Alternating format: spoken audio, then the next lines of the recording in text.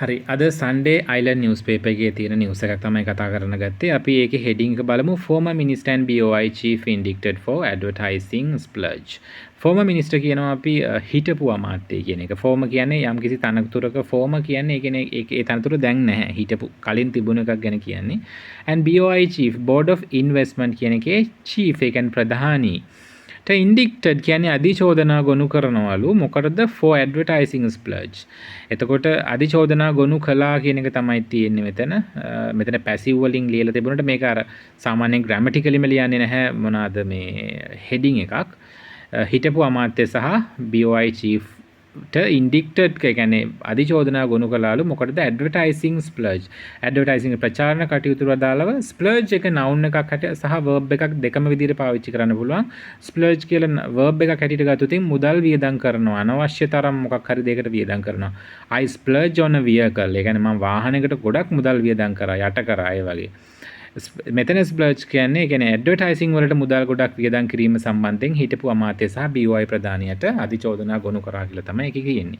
අපි නිවුස් එක කියමු. The Bribery Commission on Friday filed a corruption case against former investment promotion minister Lakshman Abeyewardene and ex-BOI director General Jayantha Edirisinghe, accusing them of misusing public cash for a lavish newspaper ad campaign back in 2014. එහෙම තමයි පළවෙනි ෂේදේ තියෙන්නේ.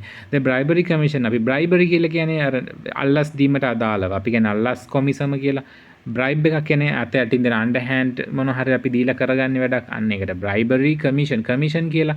මෙතන අපි කියනවා මේ කොමිසම. අපි කියන්නේ අපි කමිෂන් කියන එක verb එකක් හැටියටත් පාවිච්චි කරනවා. ඒ කියන්නේ කමිෂන් කියන්නේ කවුරු හරි මොකක් හරි දෙයකට පත් කරනවා. උදාහරණයක් විදිහට I was commissioned to talk on behalf of you. ඒ කියන්නේ ඔයා වෙනුවට කතා කරන්න මාව පත් කළා. අන්න ඒ වගේ. bribery commission කිව්වහම එතන අදහස් කරන්නේ අල්ලස් කොමිසම කියන එක. මෙතන නාම පදයක් හැටියට කමිෂන් පාවිච්චි කරලා තියෙන්නේ. On Friday filed a corruption case. ඒ කියන්නේ සිකුරාදා ෆයිල් කරාලු. මොකද්ද?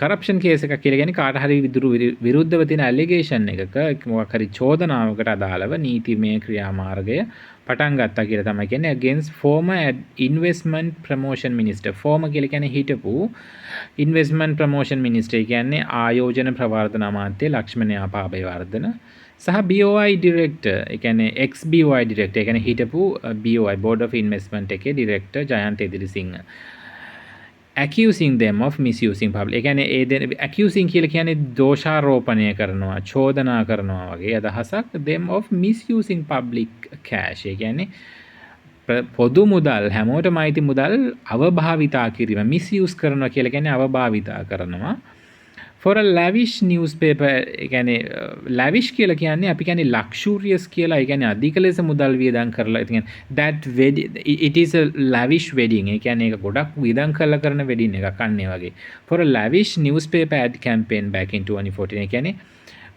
පත්‍ර දැන්වීම් වලට ගොඩක් මුදල් වියදම් කිරීම සම්බන්ධයෙන් මෙන්න මේ දෙන්නට විරුද්ධව දෝෂාරෝපණය කළා කියලා තමයි කියන්නේ මුදල් අවභාවිතා කියන පොදු මුදල් හැමෝටම අයිති මුදල් මහ ජනතාවගේ මුදල් අවභාවිතා කිරීම සම්බන්ධයෙන්.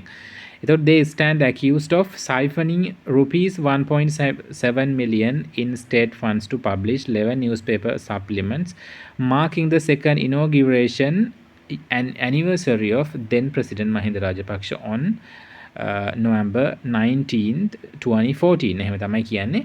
they stand accused ඒ කියන්නේ එයාලට තියෙන චෝදනා කළාලු of siphoning ඒ කියන්නේ siphoning කියලා අපි කියනවා ඒ කියන්නේ අනවසරයෙන් ගන්නවා මොකක් හරි දෙයක් ඒ කියන්නේ හොරෙන් ගන්නවා වගේ ඒක මුදලක් වෙන්න පුළුවන් මොකක් හරි සම්පතක් දේපලක් වෙන්න පුළුවන් රිසෝස් මොනවා හරි වෙන්න පුළුවන් siphoning of 1.7 million ඒ කියන්නේ මිලියන් 1.7ක් අනවසරයෙන් ගැනීම සම්බන්ධයෙන් ඒ කියන්නේ අනවසරයෙන් කියන්නේ නීතිමය නොවන ආකාරයකට ගැනීම සම්බන්ධයෙන් බිලියන 1.7ක් කියන්නේ ස්ටේට් ෆන්ඩ්ස් ඒ කියන්නේ මේ රටේ මුදල් මිලියන 1.7ක් අනවශ්‍ය ආකාරයෙන් ගැනීම සම්බන්ධයෙන් මොකටද to publish 11 newspaper supplement ඒ කියන්නේ පත්තර දැන්වීම් 11ක් පළ කරන්න marking the second inauguration anniversary of then President Mahinda Rajapaksa. then President කියලා කියන්නේ එවකට ජනාධිපති මහින්ද රාජපක්ෂ කියන එක. එතකොට marking the second inauguration marking කියලා කියන්නේ මොකක් හරි දෙයක් සනිටුහන් කරමින් කියලා අපි කියන්නේ. එතකොට second inauguration ඒ කියන්නේ දෙවෙනි අපි inauguration කියලා කියන්නේ ඒ කියන්නේ අපි කියන්නේ සමාරම්භය වගේ වචනයක්. සමාරම්භය මොකේද?